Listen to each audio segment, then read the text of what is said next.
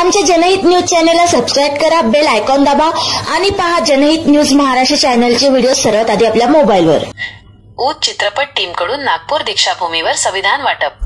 धम्मचक्र प्रवर्तन दिनाच्या पवित्र निमित्ताने बहुप्रतीक्षित मराठी चित्रपट ऊतच्या संपूर्ण टीमने नागपूर येथील दीक्षाभूमीवर जाऊन अनोख्या पद्धतीने अभिवादन केले।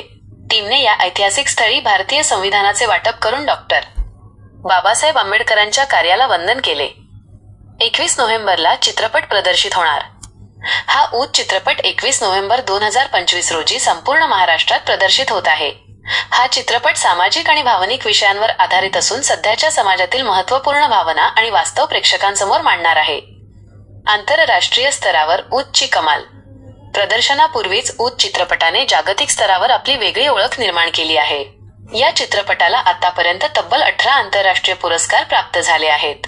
यामुळे मराठी चित्रपटसृष्टीतील या कलाकृतीकडे प्रेक्षकांचे लक्ष वेधले गेले आहे। या चित्रपटाचे निर्माता आणि अभिनेते राज मिसाळ आहेत। त्यांनी अनेक संघर्षाचा सामना करत मोठ्या मेहनतीने हा चित्रपट प्रेक्षकांपर्यंत पोहोचवण्याचा संकल्प पूर्ण केला आहे। राज मिसाळ यांच्या या कार्याचे कौतुक चित्रपटाचे कलावंत, प्रोडक्शन टीम तसेच महाराष्ट्रातील प्रेक्षक आणि त्यांचे चाहते करत आहेत। चित्रपटात अभिनेते राज मिसाळ यांच्यासोबत अभिनेत्री आर्या सावे प्रमुख भूमिकेत आहेत। हा चित्रपट यशस्वी करण्यासाठी कास्टिंग डायरेक्टर आणि अभिनेते पुरुषोत्तम वाघ आणि दिग्दर्शक राम मालिक यांच्यासह संपूर्ण टीमने मोलाची मेहनत घेतली आहे। झिंगनान चिंगनान गाण्याला भरभरून प्रतिसाद।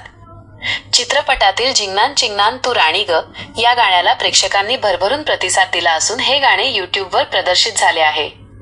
दिनांक 2 ऑक्टोबर 2025 रोजी धम्मचक्र प्रवर्तन दिनाच्या निमित्ताने ऊत चित्रपटाच्या टीमने दीक्षाभूमीवर संविधान वाटप करून एक सामाजिक संदेश दिला।